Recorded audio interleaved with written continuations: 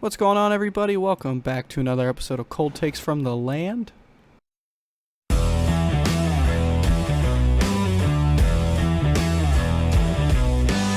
Cold Takes from the Land, where you get the coldest takes from the hottest Cleveland sports fans. And it's a good time in Cleveland right now, at least us sports fans. The Browns are 10-5 and are in prime position to make a little something happen in the playoffs, buddy. Yes, sir, buddy. We got a 0.8% chance of missing the playoffs. Yeah, that's why they say it's not over till the fat lady sings. And believe it, us Browns fans know that we're staring at that 0.8%. Like, dude, don't you do it, buddy? So you're saying there's a chance? Yeah, but most likely, unless an impending disaster, which I'm gonna knock on wood and hope that doesn't happen, the Browns are gonna make their second playoff appearance in 4 years, stemming off of not the playoff appearance necessarily, but this 10-5 record is coming freshly off a absolute domination of the Texans. Might as well. Guess we should touch on that game shortly before we get into our main points for today. How about that, buddy? Yeah, man. A hell of a performance. I mean, neither one of us got to see the whole game, unfortunately, because we had to work Christmas Eve. But yes, from what I saw, I mean, right out of the gates, just massive passes downfield to Joe Flacco. Running game once again was pretty abysmal, but what are you going to do when you're missing your two starting tackles? So Jerome Ford and Kareem Hunt continue to struggle. right. But outside of that, freaking Joe Flacco leading the league in passing yards per game, which is insane. Mm-hmm. We were just talking about this before we came on the air here, but if you stretch this out through 17 games, he's on pace to throw some 43 touchdowns and break Peyton Manning's single-season passing yards. Yes, So, which is insane. yeah, absolutely ridiculous. I mean, the fact that he's just finding all these weapons, like, we were even having this conversation this morning at work with one of our buddies, Steve, that we keep bringing up on this program, but we were just talking, and Steve's like, who would have thought? Like, we have freaking a great receiving core, and we never knew just because we didn't have a guy that can consistently get all four of these guys the ball. So Right. the fact that he's just distributing it, I mean, everybody's getting touches. Tillman had another couple big carries, didn't have a lot of yards, but Elijah Moore had a couple big first downs. Amari Cooper, obviously. Freaking fucking absolute I mean, that has to be the biggest performance this year. I don't think anybody's eclipsed 200 yards yet besides Tyreek maybe once. No, it's this, unless something insane over these last couple Yeah, of I think games. Tyreek did, but I don't think he had 2 touchdowns. I mean, 265, 2 touchdowns is absolutely absurd. He had some of the most ridiculous catches. That one catch on the left sideline where Flacco was basically essentially sacked, where he threw the ball up and just Amari toe taps it for the first down. And even after that, when Stefanski had to put him back in the game because DTR couldn't get a whole lot going, he had another big back shoulder catch going up the sideline. Just, they couldn't do anything with him all day. And Houston has pretty good corners, in my opinion. Yeah, Amari Cooper had an absolute field day, and he broke Josh Gordon's record for most receiving yards in a game by a Cleveland Brown. And deservingly Has a chance so. to break Braylon Edwards' record if he gets, I believe they said, about 50 more receiving yards this season, which he very well should do in 2 games. I thought Braylon Edwards had the touchdown record. I'm pretty sure Gordon Not has the touchdowns. yard. I'm talking yardage, yeah, because Gordon's, I mean, barring another 265-yard performances, Cooper's not going to hit that. But Hey, you never know. I'm Braylon, trying to be positive here. Yeah, that's true. But Braylon had, I believe, some 1,268 yards or something like that. So That man- Amari Cooper's very close to that. Yeah, you brought it up over text messages. That man caught 16 touchdowns that year, which is Yeah, ridiculous. insane. I don't remember that at all. But I'm It's like, 'cause he I fell saw off that a on cliff Instagram, I believe. immediately. Yeah, I mean, he had a couple decent seasons with us, but for where we took him in the draft, like a number one guy that big with that size and talent, like he never really produced that well outside of that one season. He had one decent to good season with the Jets, and outside of that, just pretty underperforming his whole career. Yeah, but hey, Amari Cooper sure ain't underperforming, and he's, as we're saying, he's getting ready to break records as a Brown receiver. Yeah. And with Joe Flacco, He's what Odell was supposed to be, buddy. That's what we were saying this morning. yeah, he sure is, and I'll take it now, especially with our circumstances. But the thing with Joe Flacco is, and that's kind of our main point. Our main point of the video is we're kind of discussing how far we think we could go with old Joe Flacco at the helm. But the thing with him is he's making some throws that like not even Deshaun Watson was making. No, that's not like an indictment against Deshaun, but I remember when the whole trade shit was going on. You remember how we were like, people were talking about us trading for Brissett again, or maybe going to get Josh Dobbs back. You remember that? Yeah, the trade deadline week. I mean, Jacoby Brissett was the only name you heard, pretty much. Yeah. So I kind of thought of it in this way. So let's say we got Jacoby Brissett back instead of signing Flacco. Brissett might be a little more down to down consistent, and he might be safer with the ball.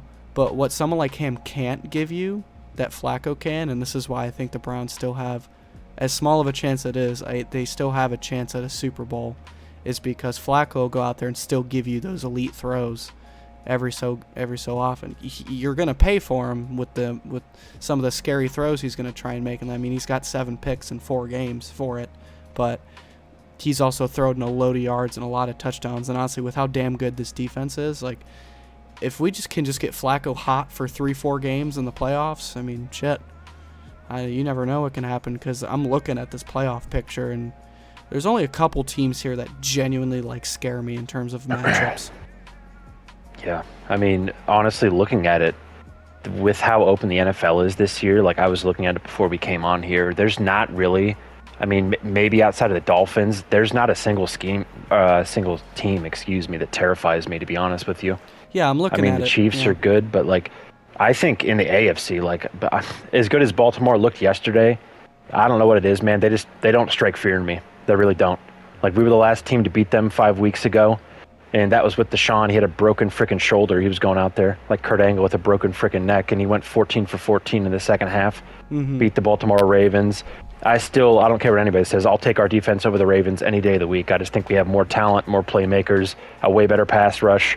JOK's playing out of his mind. I know Roquan's a beast, but I mean, as far as like down to down this season, I don't think there's a better linebacker throughout any of these guys than JOK this season. And that's not including our secondary. I mean, Marlon Humphreys is great, but he's in and out of the lineup. He's already missed, I want to say, like close to 5 games this season. So, I mean, he played well last night. Debo lit him up on that play. I'm not sure if you saw, but he like caught the ball and freaking Marlon Humphrey cracked him. But Debo like kept running and ran right through him. So if you're talking corners, Marlon Humphrey's great. He's a Pro Bowler, but I'll take our trio of corners. Oh, hell, not even trio. I'll take our fucking, whatever it's called, quintuple of corners. Yeah.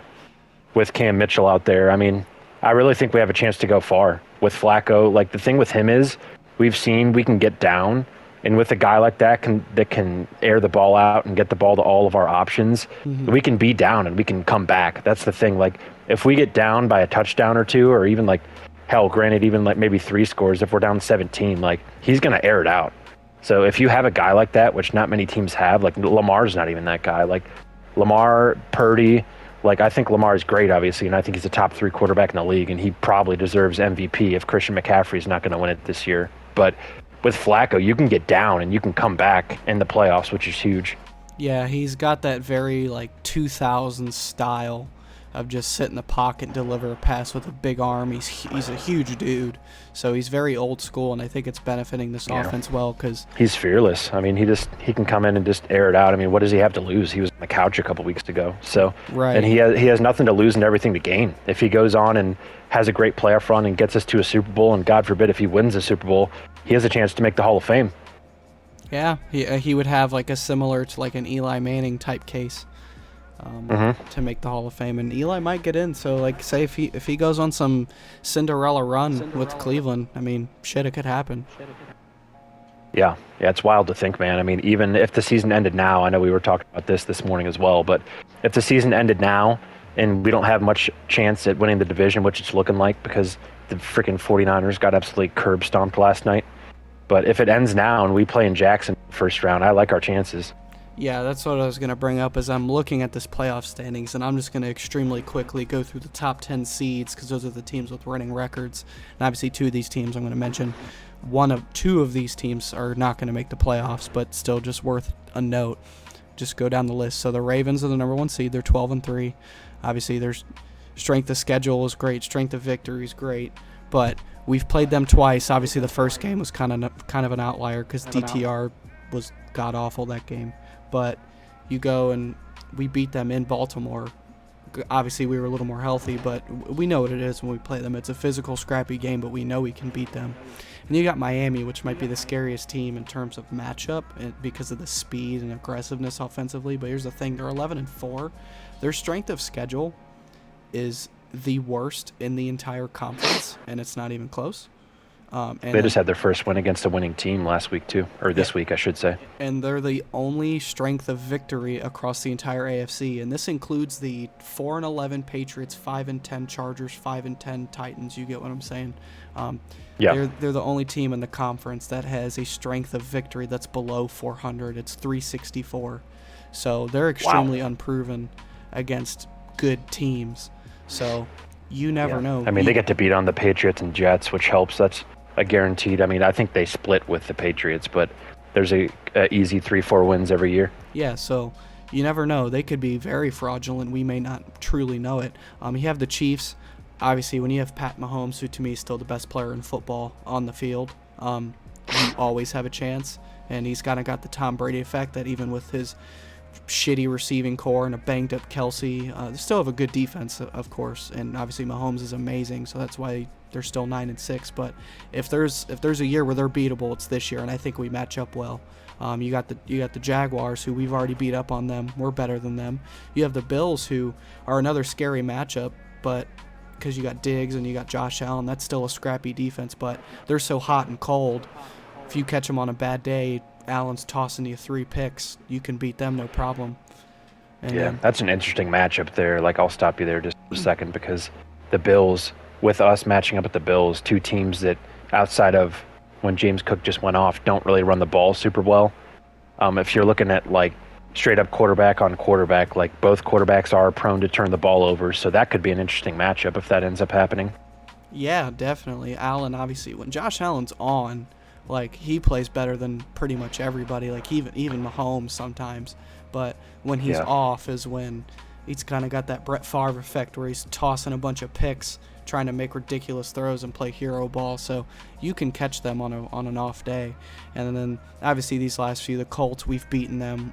I think they played us their best game when we played them our worst game, and we still beat them. So I think we can beat them. Houston, to me, is scary if they have Stroud, but they don't have Tank Dell, and I think our corners still play well, and we still would put the rookie under a bunch of pressure. And then Pittsburgh, to me, is still just an easy matchup, honestly, in terms, because their offense is so bad, and then their defense is good, but it took like a horrendous Deshaun Watson performance for us to lose to them. So we had DTR, who hasn't played particularly great either, and beat them that second time. Yeah, exactly. And then you have Cincy, who doesn't have Joe Burrow, still a ton of weapons, but they're so limited without Joe that I feel like our defense makes Jake Browning wish he was back at Washington. So I think I like these matchups. Yeah, it's interesting, man. I mean, there's a lot of options there. I think I agree with you, with Houston being the one team I don't play, but Tank Dell not being there is huge. Again, we talked about this last week in our preview, but going into this, like, those three teams, of the three teams that have the best chance of getting it, Houston, Jacksonville, and the Colts. I mean, if you play Jacksonville or Houston, it's another one of those things where it's like they're not going to have a crazy home field advantage. Like, the Colts fans always show up and show out, so if we play in Indianapolis, that'll be kind of tough, I think. Mm-hmm. But we match up well with them, so I don't think this is a team that's going to be easily rattled by an opposing team's fan base. I think we're too well coached this year. The defense is too good. And when you have a guy like Joe Flacco that's been there, done that, I think we just match up well against anybody. I mean, I think if we play the Chiefs, I think right now I'd take a straight up pretty easily against the Chiefs, to be honest with you. Yeah, if it's in Arrowhead, it's tough. But if it's in Cleveland, or like even a neutral we've been field, there, done that. We need a revenge game.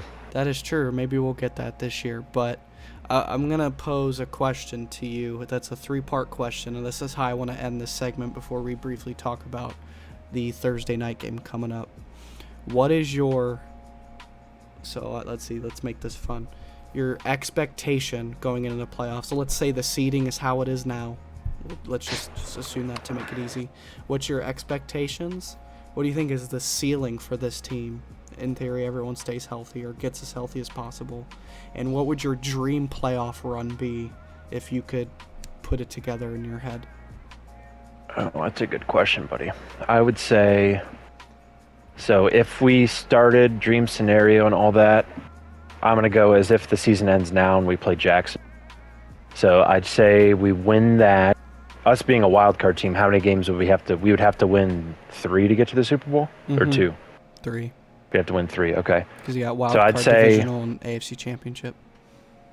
Okay, so we'll go with what I think we're going to do first. Like, I think we will beat Jacksonville or whoever we play in the first.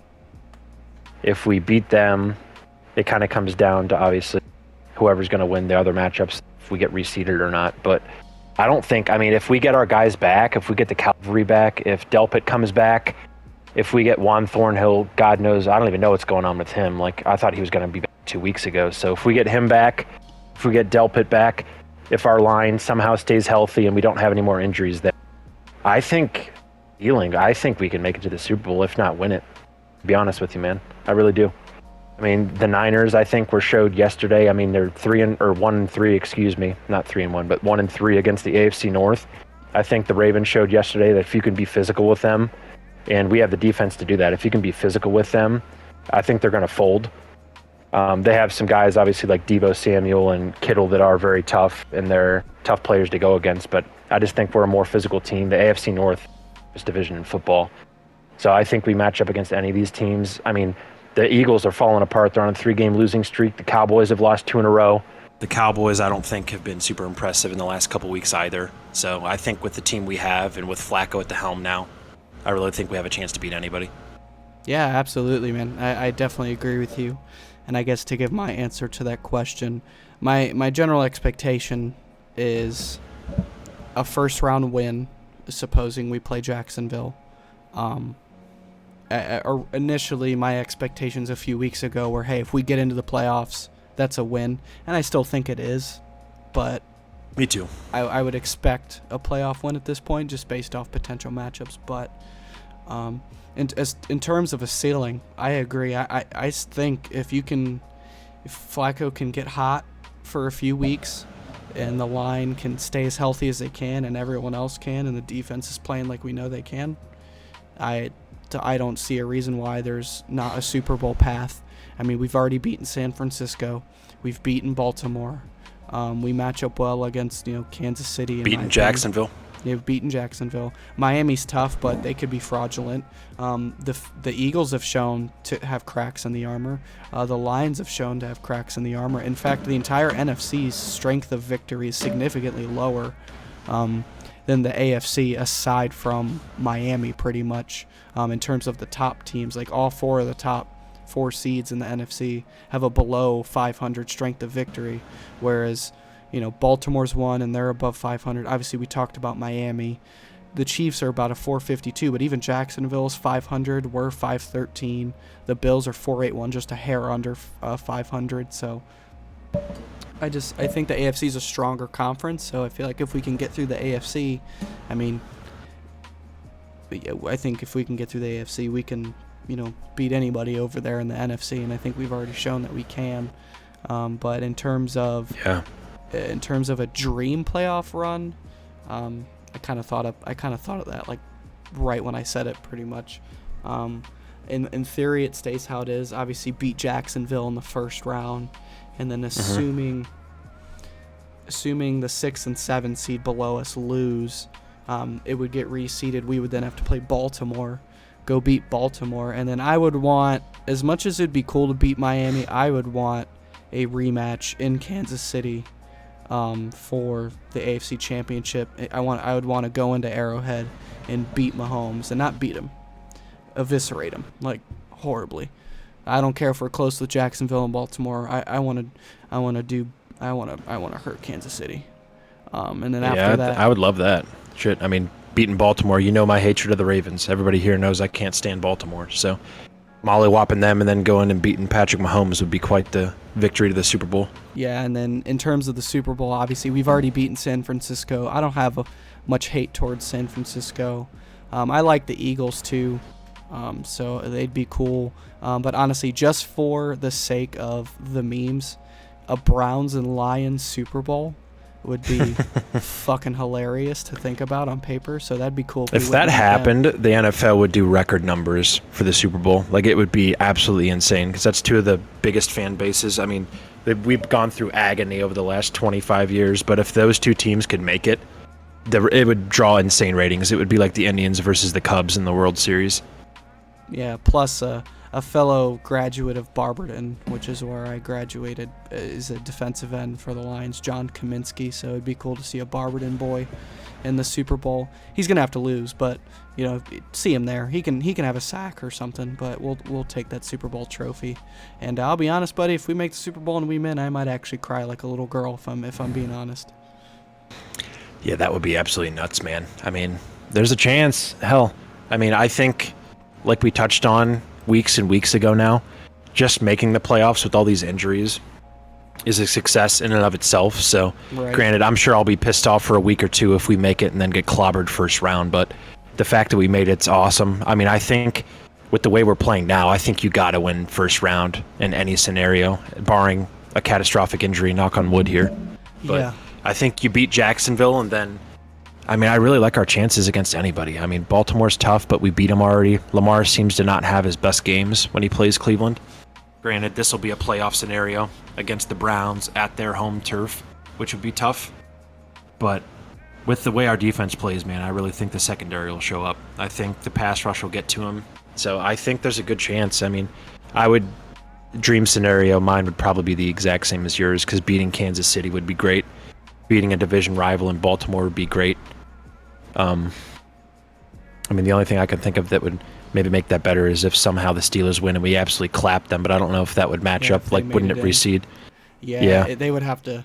They'd have to win some games, but you never know. And yeah, there's a lot of excitement between us, I can tell, when it comes to, the potential of playoffs. But we do still have 2 games to go, so I guess it's only fair. Let's talk about the Browns-Jets matchup coming up this Thursday Night Football. And man, when I look at this, I just think about what could have been, because imagine if Rodgers didn't get hurt. We know the Jets would be even better, would be a lot better. Could you imagine an Aaron Rodgers and the Jets versus a healthy Browns Thursday Night Football? Imagine we had Chubb and Watson's playing well per se, and a fully healthy line. This would be a slobber knocker. But unfortunately, more fortunately for us than them, it's going to be the Joe Flacco-led Browns playing. I believe it's going to be Trevor Siemian starting at quarterback for the Jets. It's going to be tough for them, buddy. I mean, just matching up with them. Granted, we have another couple injuries again. We didn't touch on the DTR is now on the injured reserve for the rest of the year. Yeah. Currently, Dustin Hopkins is not going to play, from what I read.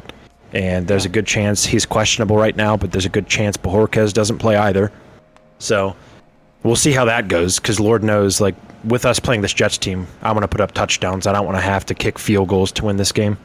Yeah, this is a team that their defense is really damn good, and it'll probably give us some problems, and I expect a couple more Flacco interceptions. But their offense is so atrocious that, like, if we don't beat them, like, handily, I mean, there's a reason we're 7-point favorites. Yeah. I know we're very injured still. Guys are getting healthier, but now both our punter and kicker probably aren't going to play. Our backup quarterback's on IR, so P.J. Walker's going to be the backup. And that's terrifying, the fact that he's the backup for the rest of the year now, because Lord knows if I have to deal with another single drive of P.J. Walker, I might have an aneurysm. Yeah, I'm just not going to imagine that. I don't want to put that bad juju on myself, but hopefully everyone stays healthy. But no, I don't have a whole ton of, and I hate to be in this situation and mindset as a Browns fan just because I know what can happen, but I don't have a whole ton of worry about this matchup. I mean, I feel like we should beat them handily. I feel like the defense will give us problems early, but I feel like that defense is going to start to tire out a bit. And I think Flacco's going to take some shots. And while it is a good defense, I don't think it's a elite defense. So I definitely think there's still cracks, you can make in them.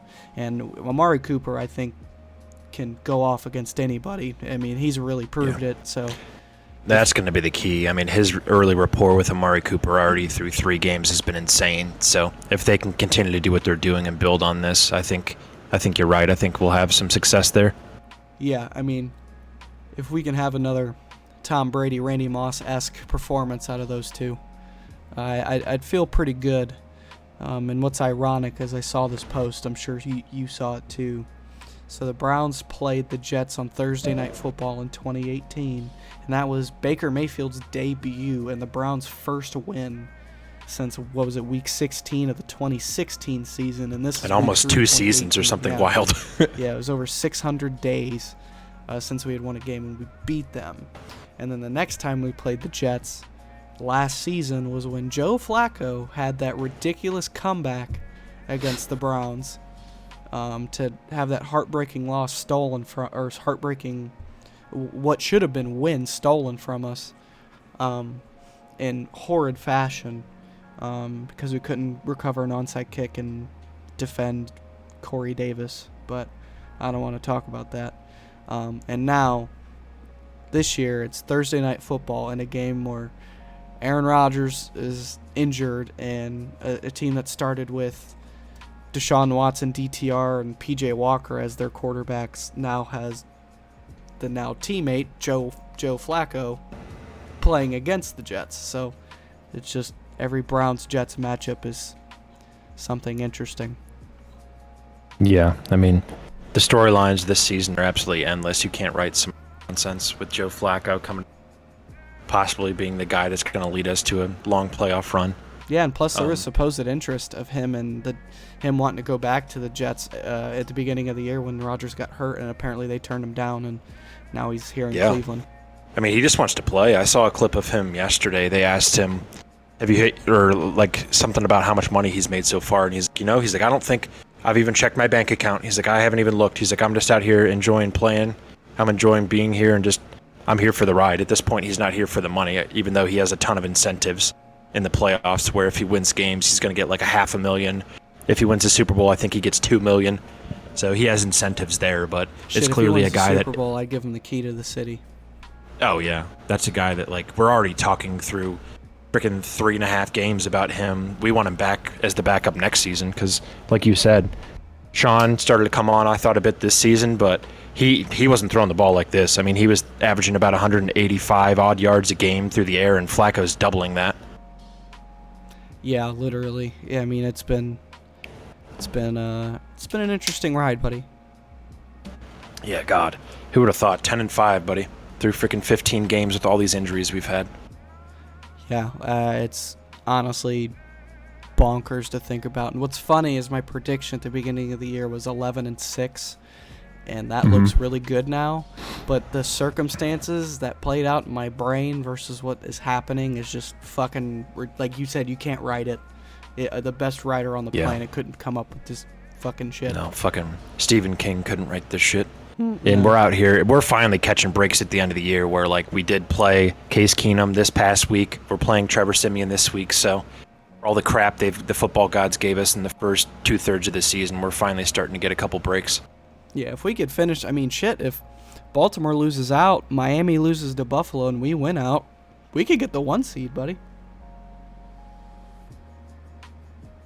The likelihood of that happening is very low, but still.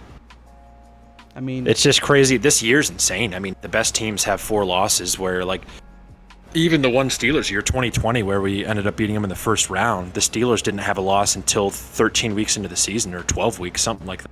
Yeah, they were 11-0, and they lost to, like, Washington, and then they lost 4 of their last 5.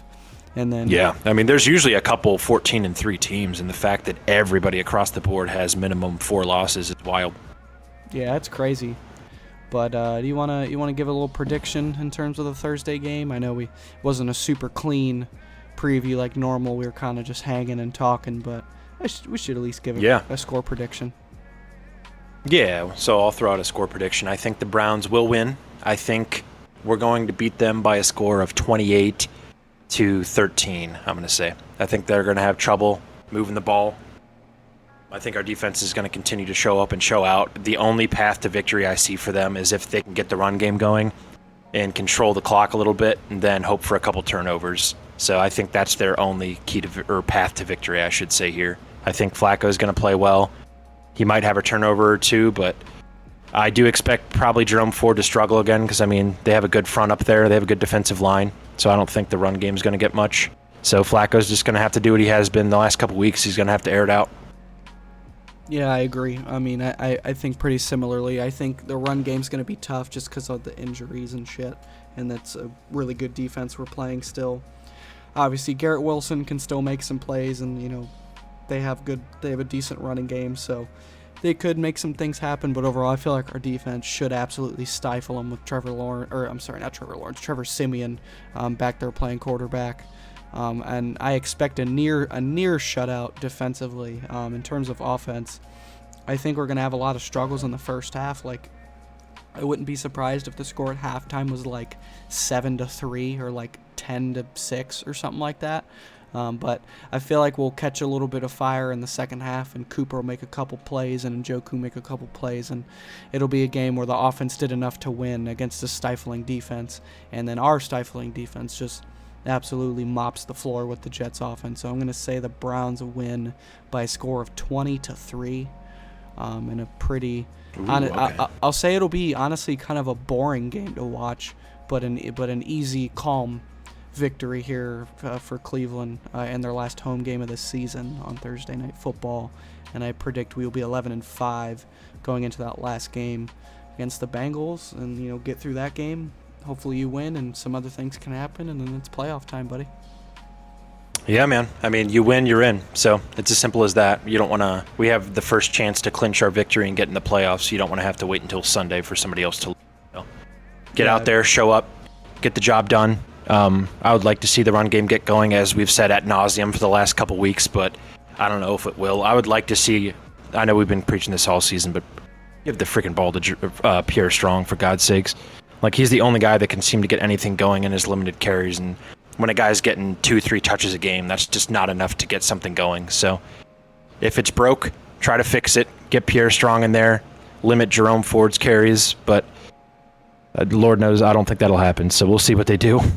Yeah, I hope they can get the run game at least to just being adequate as they go into the playoffs. But, I mean, hey, I guess we're going to find out on Thursday Night Football, right, buddy?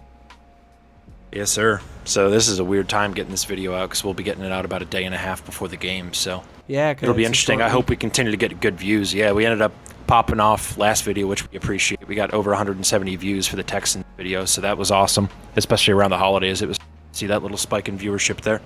Yeah, for sure. Yeah, we hope. We definitely hope you guys are enjoying, and hopefully we can keep growing the slow build that is our fan base. We're getting a little more happy comments as opposed to angry fans on here the last couple videos. So definitely nice to see. Hey, Broncos and Ravens, you're on my shit list. I won't forgive you for that, but we still appreciate all the comments. Yeah, I can't wait till we play the Broncos again. But either way. Yeah, that was wild. Yeah, well, it's far in the past now, but. Yeah, people were out here committing freaking hate crimes towards us on Twitter. Literally. That was so funny. But even a couple Snippy Bears fans, too. Don't forget them. That was just on Twitter. That wasn't on here, but... Yeah. Hey, good times. I mean, the banter's always fun. Obviously, when emotions are running high, people think and have different opinions. It's always fun having a little back and forth. Sentence. I was just saying the back and forth is always fun, the banter between fan bases, so... We appreciate all the interaction. Yeah, for sure. Yeah, it's always nice to have. And but either way, we appreciate all you guys for listening and watching, good or bad, whatever. Yeah. Do we want to get a little Cavs update? Because Lord knows we've been talking about that for freaking ever now. Yeah. We know we promised you guys weekly Cavs content, but honestly, for one, the amount of games, I guess, too, makes it harder to see everything. But especially during this hot football season, we have not been as super invested in the Cavs. Plus, and basketball is a little bit tougher to watch, especially in the first half for me in the regular season. Once football season's over and we're kind of in the swing of things a little more, obviously we'll have more Cavs content. We will get an update out soon, but it will not, obviously, as you can fucking tell, it's been months, but it will not be weekly Cavs content. But we'll get a video out soon, and we'll try to get one at least every couple weeks, every few weeks. Be a little more consistent with that, but we'll have some stuff to say about the Cavs. But either way, we appreciate you guys for watching and listening. Another rambling about the Browns and the excitement we have going into potentially another playoff appearance. So Yeah, and we got a game coming Thursday night, and we hope we can get the win and seal our playoff spot. And with that, it's been another episode of Cold Takes from the Land, and we will see you in the next one. Cold Takes from the Land.